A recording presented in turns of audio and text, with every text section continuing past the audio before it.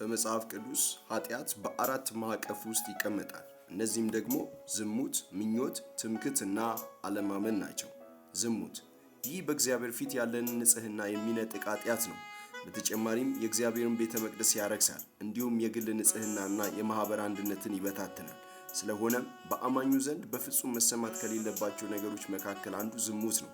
ኤፌሶን ምዕራፍ 5 ከቁጥር 3 እስከ 7 ማንኛውም የዝሙት ወይም የርኩሰት ወይም የስስት ነገር ከቶ በመካከላችሁ አይነሳ፣ ይህ ቅዱስ ለሆነው ለእግዚአብሔር ሕዝብ አይገባምና።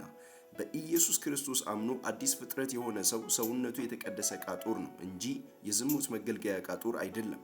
አንደኛ ቆሮንቶስ ምዕራፍ 6 ቁጥር 13 ሰውነት ለጌታ ነው እንጂ ለዝሙት አይደለም።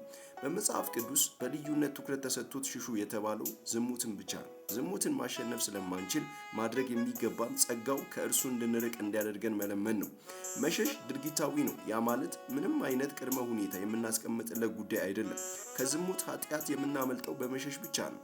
አንደኛ ቆሮንቶስ ምዕራፍ 6 ቁጥር 18 ከዝሙት ሹሹ፣ ይህ ትእዛዝ ነው። አንድ ሰው በትልቅ ስፒከር ዘፈን በተከፈተበት ቦታ ላይ ሆኖ ዘፈንን አልሰማም ማለት ራስን ማሞኘት ነው። ምክንያቱም ወደድንም ጠላንም እዚያ ቦታ ላይ እስከተገኘን እናም ቦታውን ለቀን እስካልሄድን ድረስ ዘፈኑን እየሰማው አይደለም ማለት ፍጹም አይቻልም። ስለሆነም ለዝሙት በሚያጋልጥ ቦታ ላይ ሆነን ራሳችንን ለመግዛት ከመጣር ይልቅ መጽሐፍ ቅዱስ ያስቀመጠውን ትልቁ መፍትሄ ቦታውን ለቆ መሸሽ ነው። ዝሙትን ማሸነፊያ መንገድ ከዝሙት መሸሽ ብቻ።